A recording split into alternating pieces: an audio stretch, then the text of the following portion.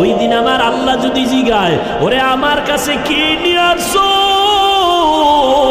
সেদিন তুমি টাকা দেখাইতে পারবা না, বাড়ি দেখাইতে পারবা না। কই তোমার মা, কই আমার বাবা, কই আমার আত্মীয় স্বজন, কেউ আমার সাথে নাই, আমি একা। যদি বান্দা আমার রবের আপন বানাইয়া যাও, আর অন্ধকার কবরে যাওয়ার পরে যখন প্রশ্ন করা হবে, রবের পরিচয় দাও, ধর্মের পরিচয় দাও, রাহমাতুল লিল আলামিনের পরিচয় দাও, আমার আল্লাহ পাক জবাব দিয়া বলবে, ফেরেশতা এরে আর ডিস্টার্ব করিস না, এ আমার মোহাব্বতের গোলাম, জান্নাতের সাথে রাস্তা বানাইয়া দাও, বিছানা দিয়া দাও, আমার বান্দা আরামে ঘুমাবে, কিয়ামত পর্যন্ত কেউ যেন ডিস্টার্ব না করে। আর যদি নামাজ না নিয়া, বেপরদা হইয়া, গুনাহ নিয়া, আজরাইলের হাতে ধরা খাইয়া কবরের মধ্যে যাও, গুনাহগারকে যখন বলা হবে রবের পরিচয় দে, বলবে হা হা লা আদরি। আর ধর্মের পরিচয় দাও, গুনাহগার বলবে হা হা লা আদরি, আফসুস আফসুস, আমি কিছুই জানি না। ওরে রহমতের নবীরে চিনোনি?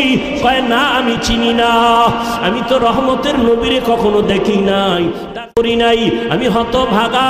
তখন নবী বলেন, আল্লাহ গায়বী আওয়াজ দিয়ে বলবেন, ও কবরের ফেরেশতারা, এই নাফরমানের আর সুযোগ দিও না, আমি দুনিয়াতে কম সুযোগ দেই নাই। আমার দেওয়া পানি, আমার দেওয়া বাতাস, আমার দেওয়া সূর্যের আলো, চাঁদের আলো, আমার দেওয়া ফল ফ্রুট খাইলো, শুকর আদায় করে নাই, নদীর মাছ খাইয়া শুকর আদায় করে নাই, আজকে ওরে আর ছাড় দেওয়া যাবে না। জাহান্নামের রাস্তা খুলিয়া কবরটাকে জাহান্নামের আগুন দিয়া ভরে দাও। আল্লাহ বলবেন, ও কবরের মাটি, এই নাফরমান গুনাহগারের দুই পার্শ্ব থেকে জোরে জোরে চাপ দাও, এত জোরে মাটি চাপ।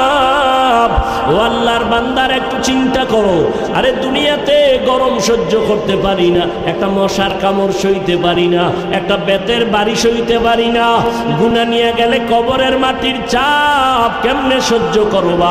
এই চিন্তা করে করে সাহাবায়ে কেরামের সারা জীবনের কান্না, কান্না আর কান্না। আবু বকর নামাজে দাঁড়ায় কাঁদেন, ও মালিক, তোমার আদালতে কেমনে দাঁড়াবো? আরে আমার নবী, যে নবীর কোনো গুনাহ নাই, আম্মা জান আয়েশা রাদিয়াল্লাহু তাআলা আনহা বলেন, একদিন দেখি নবী আমার রুমে বৈশা গুনগুন করে কান্না করে।